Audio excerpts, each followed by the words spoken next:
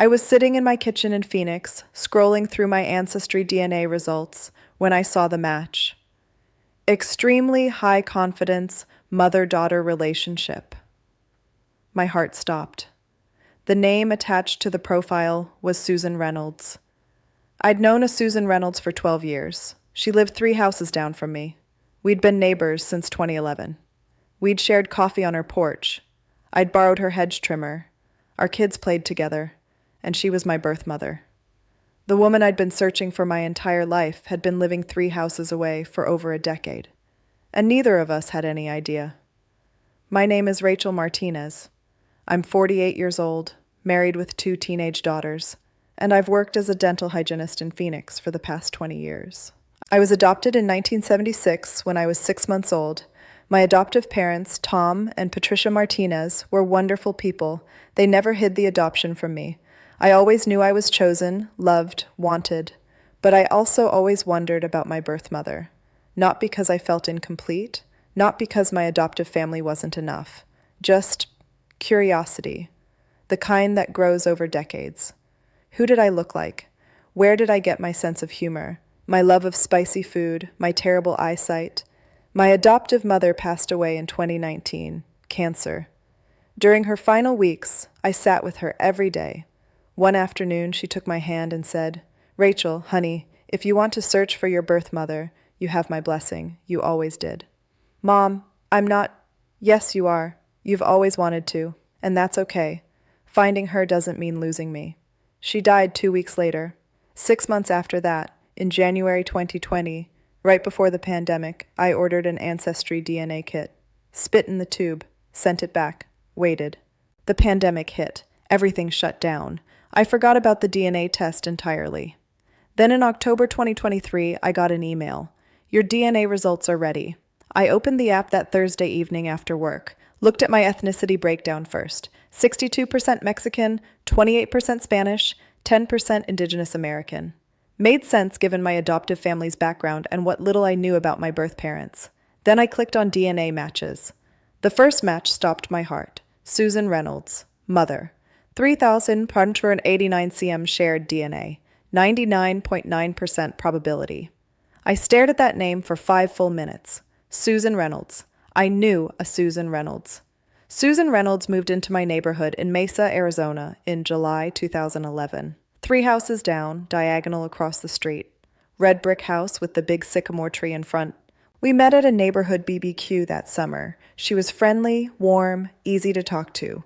Divorced, in her mid-60s, worked as a school librarian before retiring. She had 2 grown sons who lived in California. Over the years, we became casual friends, not best friends. Not the kind who shared deep secrets, just neighbors, good neighbors. We'd chat when getting mail. She'd water my plants when we went on vacation. I'd bring her tamales at Christmas. Our daughters would go trick-or-treating together. In 2015, Susan had knee surgery. I drove her to physical therapy appointments for 6 weeks. We'd sit in the waiting room, talking about nothing important. Books, recipes, the weather.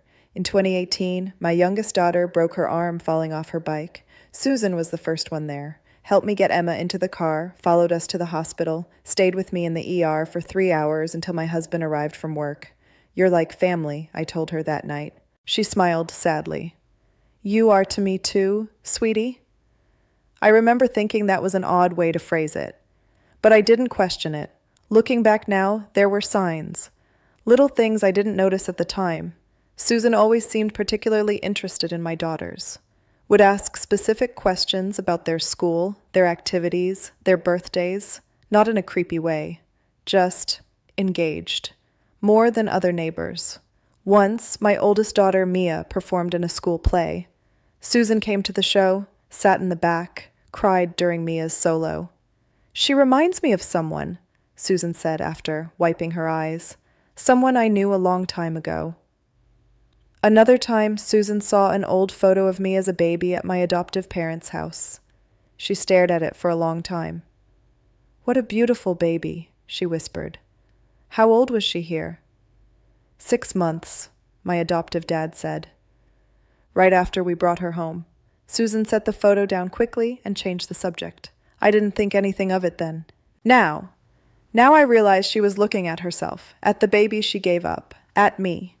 After I saw Susan's name on my DNA results, I couldn't breathe. I called my husband Carlos immediately.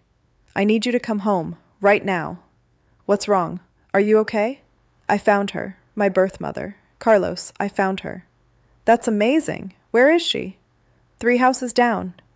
Silence. What? Susan Reynolds, our neighbor Susan. She's my birth mother. The DNA test matched us. Parent-child relationship, 99.9% certainty. Carlos came home within 20 minutes. We sat at the kitchen table staring at my phone at Susan's profile on Ancestry. Susan Reynolds, age 71, location, Mesa, Arizona. Member since 2022. She'd taken a DNA test too, recently. Maybe she was searching for me the same way I was searching for her. Or maybe she had no idea. Maybe she took the test for ethnicity, for fun, never expecting to find the daughter she gave up 48 years ago living 3 houses away. What are you going to do? Carlos asked. I don't know. Do you want to talk to her? I don't know. But I did know. Of course I wanted to talk to her. I'd wanted to talk to her my entire life. I was just terrified. I didn't contact Susan that night, or the next day, or the day after that.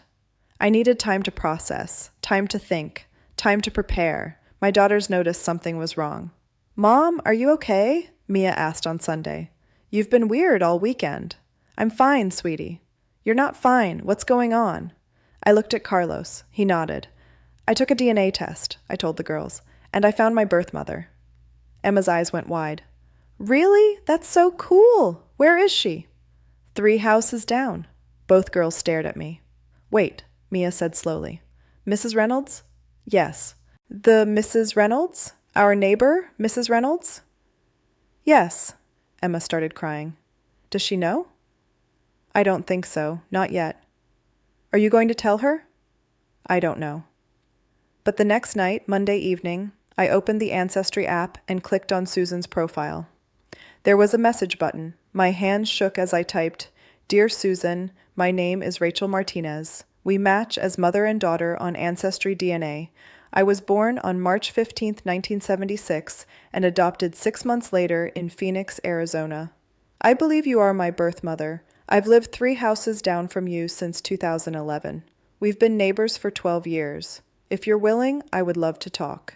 No pressure, no expectations. Just talk. Rachel. I stared at that message for 30 minutes before hitting send. Then I waited. Susan responded 4 hours later, at 11:47 p.m. Rachel, I've been sitting here staring at your message, crying, shaking, trying to find words. Yes, I'm your birth mother. I gave birth to you on March 15, 1976, at St. Joseph's Hospital in Phoenix. I was 19 years old, unmarried, terrified. I held you for 3 hours before they took you away. I've thought about you every single day for 48 years. When I moved to this neighborhood in 2011, I had no idea you lived here. When we met at that BBQ, something felt familiar about you, but I never imagined, I never thought. All these years, 3 houses away. I've been watching you live your beautiful life, never knowing I was watching my own daughter. I'm so sorry I gave you up. I'm so sorry I never tried to find you. I wanted to, but I was scared. Scared you wouldn't want to know me. Scared I'd ruin your life by appearing. If you still want to talk, I'm here. I've always been here. Love, Susan. I read that message 20 times. Then I walked 3 houses down at midnight in my pajamas and knocked on Susan's door. She opened it immediately, like she'd been waiting. We stared at each other for a long moment. Then she said, You have my eyes. And I said, You have my smile. And we both started crying. Susan and I talked until 4 a.m. that night, sitting on her couch, coffee and tissues between us. She told me everything, how she got pregnant at 19, how her boyfriend disappeared, how her parents gave her an ultimatum, give the baby up or be disowned. I wanted to keep you, she said. God, I wanted to keep you.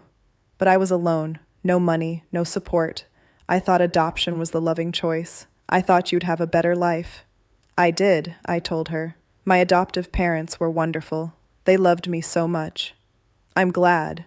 Susan's voice broke. I'm so glad you had a good life.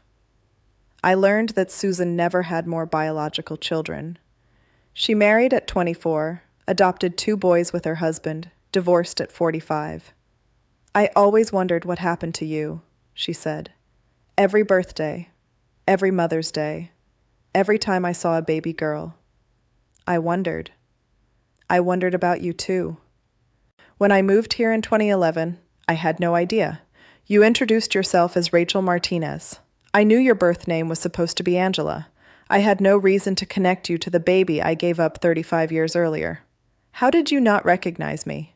You were 6 months old when I gave you up. Babies change so much, and honestly, I think I was protecting myself. If I'd let myself believe every young woman I met might be you, I would have gone crazy." We sat in silence for a while. Then Susan said, "What happens now?" "I don't know," I admitted. "But I'd like to get to know you. Really know you. Not as neighbors. As family." Susan started crying again. "I'd like that too." That was a year ago. Since then, Susan and I have built a relationship that's hard to define. She's not my mother. Patricia Martinez will always be my mother. But Susan is something. Biological connection. Friend. Extended family. My daughters call her Grandma Susan now. My husband grills on her patio every other Sunday. She came to Emma's dance recital last month and cried the whole time. Sometimes I still can't believe it. 12 years. We were neighbors for 12 years, living parallel lives 3 houses apart, never knowing we were connected by blood. The DNA test didn't just give me answers. It gave me back something I didn't know I'd lost. And it taught me something important.